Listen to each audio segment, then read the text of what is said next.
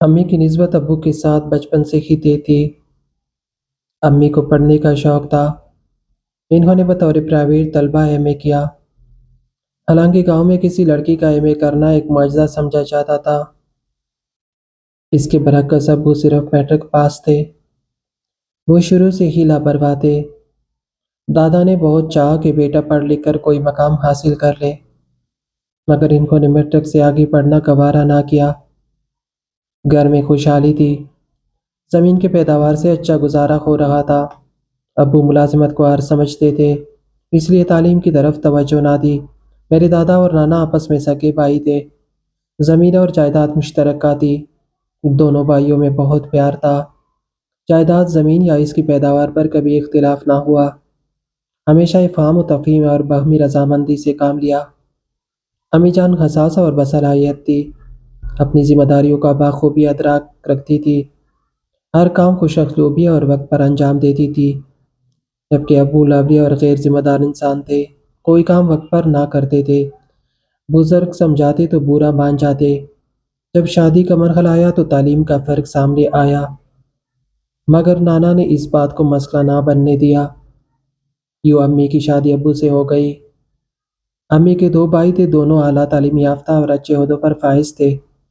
انہوں نے والد صاحب کو سمجھایا کہ بیکار گھومنے سے بہتر ہے کہ ہمارے پاس لاہور آ جاؤ، کالج میں داخلہ لے لو اور تعلیم حاصل کرو، کیونکہ انسان کی زندگی کا کوئی نہ کوئی مقصد ہونا چاہیے۔ آوارہ دوستوں کے ساتھ وقت ضائع کرنے کے بجائے دوبارہ پڑھائی شروع کرو۔ ماموں کے سمجھانے پر ابو ان کے پاس چلے گئے اور کالج میں داخلہ لے لیا۔ ان کے تمام تعلیمی اخراجات ماموں ہی اٹھاتے تھے۔ وہ دادا جان سے کوئی رقم نہ منگواتے تھے۔ میکا اور سسرال ایک ہی جگہ تھے۔ ہماری پرورش نانی اور دادی نے مل کر کی۔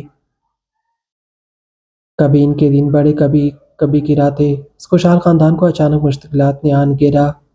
دادا اور نانا نے ہمسایہ سے زمین خریدی جو اس کے بھائیوں کے ساتھ مشترکہ تھی۔ انہوں نے مقدمہ کر دیا۔ ہمارے بزرگ بھی فریق بن گئے۔ مقدمے پر بہت روپیہ خرچ ہو گیا۔ انہی دنوں سے لاب آ گیا۔ ہماری زمین دریا کنارے تھی۔ دریا میں طغیانی آنے سے زمین دریا برد ہو گئی۔ وہ گھرانہ جو خوشحال تھا مالی پریشانیوں کا شکار ہو گیا۔ ابو نے بمشکل تعلیم مکمل کی۔ بڑے ماموں نے اپنے اثر وسوخ سے ان کو ایک اچھی سرکاری نوکری دلوا دی۔ انہیں سرکاری رہائش بھی مل گئی۔ انہوں نے امی اور ہمیں شہر بلا لیا۔ کچھ عرصے بعد امی کو خیال آیا کہ وہ بھی ملازمت کرے۔ انہوں نے قریبی اسکول میں بطور ٹیچر ملازمت اختیار کر لی۔ وہ صبح ہمارے ساتھ جاتی اور چھٹی کے دن ہم سے تھوڑی دیر پہلے گھر آ جاتی۔ وہ کھانا صبح 6 بجے تیار کرے ریفریجریٹر میں رکھ دیا کرتی تھی۔ امی نے ہماری تربیت بہت اچھے طریقے سے کی اور گھر بنانے میں بہت محنت سے کام لیا۔ وہ گھر کے تمام کام اپنے ہاتھوں سے انجام دیا کرتی تھی۔ ان کو اپنے شوہر سے بہت محبت تھی۔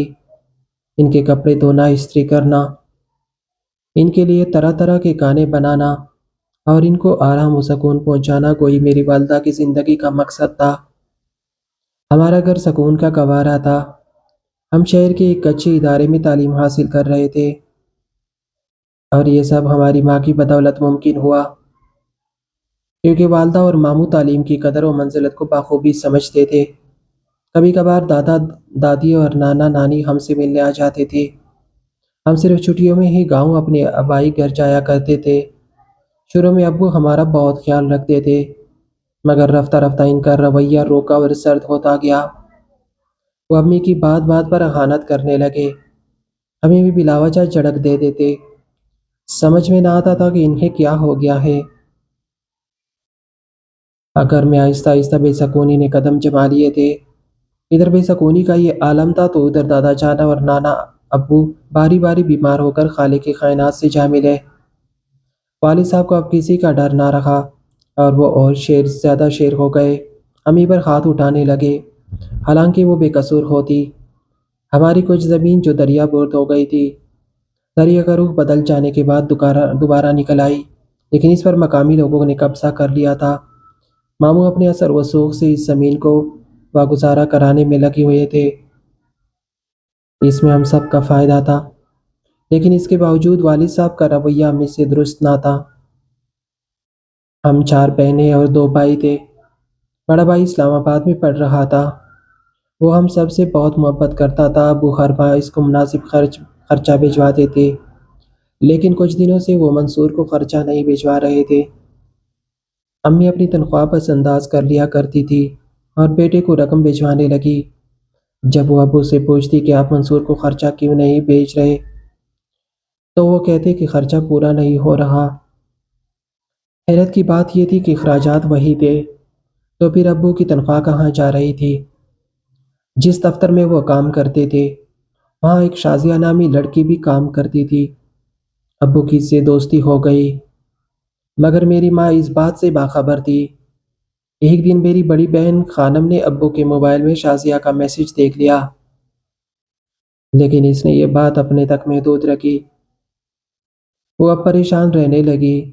جب والد صاحب خرچ کے لیے امی کو تنگ کرتے یا ان کا رویہ خراب ہوتا تو خانم اور زیادہ ملول ہو جاتی۔ آخر کار اس نے مجھے بتایا کہ ابو کا تعلق کسی غیر عورت سے جڑ گیا ہے اور اسی وجہ سے ان کا رویہ بدل گیا ہے۔ خانم اب چپکے چپکے والد صاحب کا موبائل چیک کرنے لگی، جبکہ میری والدہ کبھی ان کا موبائل ہاتھ تک نہیں لگاتی تھی۔ خانم نے مجھے بتایا کہ یہ دونوں ابو اور شازیہ ایک ہونا چاہتے ہیں، اس لیے ابو کی امی سے نہیں بن پا رہی۔ میں نے خانم سے کہا کہ ہم امی کو اس معاملے سے باخبر کر دیتے ہیں، وہ اپنی خوشیوں کا خود دفاع کر لے گی، لیکن خانم باجی نے منع کر دیا۔ کہنے لگی کہ امی بہت حساس ہیں، وہ ابو اور گھر سے بہت مخلص ہے، ایسا نہ ہو کہ مایوس ہو کر کوئی انتہائی قدم اٹھا لے اور ہم ہاتھ ملتے رہ جائے۔ کاش ہم اس وقت امی کو باخبر کر دیتے۔ ہم سے کوتاہی ہو گئی، جس کا نتیجہ یہ نکلا کہ والد صاحب نے خفیہ طور پر اس عورت سے نکاح کر لیا اور اسے الگ گھر میں رکھا۔ اس معاملے کا علم تب ہوا جب پانی سر سے گزر چکا تھا۔ امی کی طبیعت ایک روز اچانک خراب ہو گئی تو میں اور مجھ سے بڑا بھائی انہیں اسپتال لے گئے۔ والد صاحب گھر پر نہیں تھے، خدا نے شاید وہ بھی اسی دن کھولنا تھا۔ اسپتال میں ابو سے سامنا ہو گیا۔ وہ شازیہ کو اپنی گاڑی میں اسپتال سے لے جا رہے تھے اور ان کے بازو میں ایک نوزائیدہ بچہ تھا۔ شازیہ نے اس نامولود کو جنم دیا تھا اور اسی دن اس کو اسپتال سے چھٹی ہوئی تھی۔ اچانک آمنے سامنے آ گئے تو امی دنگ رہ گئی۔ وہ سمجھ نہ سکی کہ ان کا شوہر کسی عورت اور نامولود کو لے کر گاڑی کی طرف لے جا رہا ہے۔ ابو نے بھی ہمیں دیکھ لیا، مگر نظریں چرا لی۔ بھائی نے وہاں موجود نرس سے دریافت کیا، جو اس وقت شازیہ کے ساتھ گاڑی تک گئی تھی۔ اس نے بتایا کہ اکرام صاحب کی بیگم ہے، جنہوں نے 4 روز قبل ایک بیٹے کو جنم دیا ہے۔ اکرام صاحب میرے والد کا نام تھا۔ اب ساری حقیقت کھل گئی۔ ابو گھر آئے تو امی نے استفسار کیا۔ وہ بگڑنے لگے۔ میری ماں نے قرآن پاک ان کے سامنے رکھ کر کہا کہ مجھ سے جھوٹ مت بولنا، سچ سچ بتا دو جو حقیقت ہے۔ میں آپ سے لڑنے جھگڑنے کی نہیں بلکہ آپ کی دوسری بیوی کو گھر لانے کو تیار ہوں، تاہم اگر جھوٹ بولا تو معاف نہ کروں گی بلکہ اپنی جان دے دوں گی۔ والد صاحب نے بیچ سے بات گھمائی اور جھوٹ کا سہارا لیا۔ کہنے لگے کہ میری ایک دوست کا نام بھی اکرام ہے، وہ شدید بیمار ہے، اس کے گھر بیٹی کی ولادت ہوئی ہے۔ اس نے کہا تھا کہ گاڑی چاہیے، بیوی اور بچے کو گھر لانا ہے۔ اکرام بھائی کی بیماری کے باعث میں نے عذرائے اخلاق سے یہ کام لیا کہ ان کی بیوی اور بچے کو اسپتال سے گھر پہنچا دیا۔ اس کہانی پر یقین کرنے کا کسی کو دل نہیں چاہا، مگر ہم خاموش رہے۔ میں اور خانم جان چکی تھی کہ ابو جھوٹ بول رہے ہیں، تاہم ہماری ہمت نہ ہوئی کہ والد صاحب کے راہ سے پردہ اٹھاتے۔ اب سر گئے تھے۔ اس واقعے کے بعد کچھ روز وہ عورت والد صاحب کے ساتھ دوبارہ شاپنگ کرتی نظر آئی۔ امی جان نے یہ منظر اپنی آنکھوں سے دیکھ لیا۔ اس وقت ان کی ایک کولیگ نادرہ بھی ان کے ہمراہ تھی۔ یہ دونوں اسکول کا کچھ سامان خریدنے بازار گئی تھی، کیونکہ چند دن بعد اسکول میں فنکشن ہونے والا تھا اور اس فنکشن کے انتظام کی ذمہ داری امی پر تھی۔ نادرہ شازیہ کو جانتی تھی، وہ اس کی کزن تھی۔ اس نے امی کو بتایا کہ شازیہ فلاں دفتر میں کام کرتی تھی، جہاں یہ شخص میرے والد بھی کام کرتے تھے۔ پھر دونوں کی شادی ہو گئی، انہوں نے کورٹ میرج کی تھی۔ شازیہ کا شوہر پہلے سے شادی شدہ تھا اور کئی بچوں کا باپ بھی۔ یہ معلومات نادرہ کو اس کے گھر والوں سے ملی تھی، جو شازیہ کے رشتہ دار تھے۔ امی کو یقین ہو گیا کہ ان کے شوہر نے دوسری شادی کر رکھی ہے اور یہ عورت ان کی دوسری بیوی ہے۔ گھر آ کر انہوں نے والد صاحب سے دوبارہ استفسار کیا کہ آج میں نے تمہیں بازار میں اس عورت کے ساتھ دوبارہ دیکھا ہے، تو تم کہتے تھے کہ وہ تمہاری دوست کی بیوی ہے۔ بالآخر تم نے مجھ سے جھوٹ بولا۔ تم نے شادیہ سے شادی کی ہے، وہ تمہارے دفتر میں کام کرتی تھی۔ مجھے سب معلوم ہو چکا ہے۔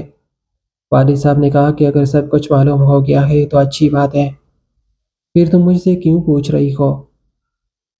امی جان نے قسم کھائی کہ اگر شریک زندگی نے جھوٹ بولا تو میں جان دے دوں گی، اور اب ثابت ہو چکا تھا کہ واقعی ابو نے جھوٹ بولا تھا۔ اس بات پر دونوں میں جھگڑا ہوا۔ رات کو سونے سے پہلے امی نے زہریلی دوا پی لی، کسی کو کچھ نہ بتایا، دوسرے کمرے میں جا کر سو گئی۔ ہم نے انہیں ڈسٹرب کرنے کی ہمت نہ کی کیونکہ وہ رو کر سوئی تھی۔ سوچا کہ اگر ان کے پاس گئے تو بے آرام ہو جائے گی۔ مجھے اور خانم کو تو معلوم تھا کہ ابو شادی کر چکے ہیں اور وہ امی سے جھوٹ بول رہے ہیں۔ بہرحال صبح ہوئی اور یہ وہ منحوس صبح تھی جس کے بعد امی کی زندگی میں دوبارہ کوئی صبح نہ آ سکی۔ وہ رات کے جانے کون سا پہر اپنے خالق حقیقی سے جا ملی۔ ہماری زندگی میں ماں ایک روشن چراغ کی مان تھی۔ جب وہ نہ رہی تو اندھیرا ہی اندھیرا چار سو پھیل گیا۔ ستم بلائے ستم یہ کہ کچھ ہی دنوں بعد ابو اپنی دوسری بیوی کو اپنے نومولود بیٹے کے ساتھ گھر لے آئے۔ اب ہمارا کیا زور چلتا؟ ماموں بیچارے بھی رو دھو کر واپس اپنے گھروں کو جا چکے تھے۔ امی کی خودکشی کا کیس کوئی اور رخ بھی اختیار کر سکتا تھا، جس کی ضد میں ابو آ سکتے تھے، لیکن ہمارے دونوں بھائیوں نے ایسا نہ ہونے دیا اور صرف ہماری خاطر پولیس کو والد صاحب سے دور رکھا، کیونکہ وہ ہمارے باپ تھے۔ شازیہ امی کی جگہ ہمارے گھر آ گئی۔ رفتہ رفتہ اس نے گھر کا سارا انتظام اپنے ہاتھ میں لے لیا۔ اس نے دوبارہ نوکری پر جانے کی خواہش ظاہر کی۔ والد صاحب اس کی کسی بھی خواہش کو رد نہ کرتے تھے۔ اس کے کہنے پر انہوں نے ہمیں اسکول سے ہٹا لیا اور گھریلو ذمہ داریاں ہم دونوں بہنوں کے سپرد کر دی۔ نئی امی اب ابو کے ساتھ دفتر جاتی تھی اور اپنا چھوٹا بچہ ہمارے سپرد کر جاتی تھی۔ ہمیں اپنے ماں کے مرنے کا دکھ کیا کم تھا کہ اب اس بچے کی خاطر ہمیں تعلیم بھی چھوڑنی پڑی۔ ہم نے بڑے بھائی منصور سے رو کر فریاد کی کہ ہم تعلیم حاصل کرنا چاہتے ہیں، جبکہ سوتیلی ماں ہمیں تعلیم سے محروم رکھنا چاہتی ہے اور ابو اس کے حکم کے غلام بنے ہوئے ہیں۔ منصور بھائی نے کہا تم لوگ فکر نہ کرو، میں ماموں سے بات کرتا ہوں، ہرگز تم پر علم کے دروازے بند نہ ہونے دوں گا۔ اس نے ماموں کو ساری صورتحال بتائی۔ ماموں نے اسلام آباد میں منصور کو کرائے کا مکان لے کر دیا۔ پھر ایک دن جب امی اور ابو دفتر اور اسپتال جانے والے تھے، ہم نے بہانہ کیا کہ خانم کی طبیعت خراب ہے، اسے ڈاکٹر کے پاس لے جانا ہے۔ اس طرح ہم سب بہنیں اور بھائی لاہور سے اسلام آباد بذریعہ بس روانہ ہو گئے۔ منصور بھائی کو فون پر اطلاع دے دی گئی۔ وہ مقررہ وقت پر بس اڈے پر ہمارا منتظر ملا۔ ہم نے صرف اپنے چند جوڑے کپڑے لیے اور منصور بھائی کے کرائے کے مکان میں آ گئے۔ ادھر جب پڑوسن نے دروازہ کھٹکھٹایا تو کسی نے نہ کھولا، وہ پریشان ہو گئی۔ نئی امی کا نمبر ان کے پاس تھا۔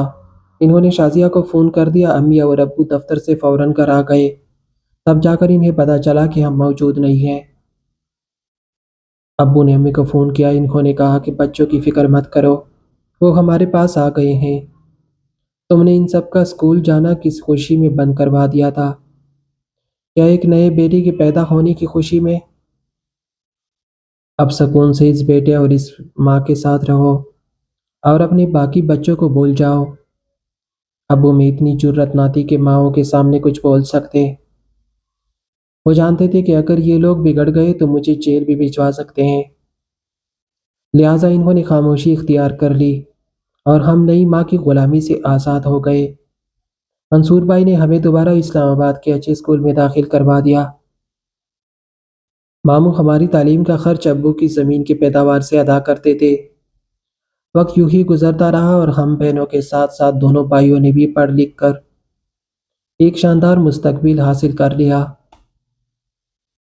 چونکہ ہمیں احساس تھا کہ ہماری ماں اس دنیا میں موجود نہیں ہے اور وہ چاہتی تھی کہ ہم اعلیٰ تعلیم حاصل کریں۔ یہ ان کا خواب تھا، جیسے ہر حال میں ہم نے پورا کرنا تھا۔ تعلیم مکمل کرنے کے بعد دونوں بھائیوں نے ممانیوں کی مدد سے پہلے ہمارے رشتے ڈھونڈے اور ہماری شادیاں کی۔ بعد میں ان کی شادیاں ہماری دونوں ماؤں کی بیٹیوں سے ہوئی۔ یوں ہم سب کے گھر آباد ہو گئے، لیکن اس کے بعد نہ ابو ہم سے ملے اور نہ ہم ان سے۔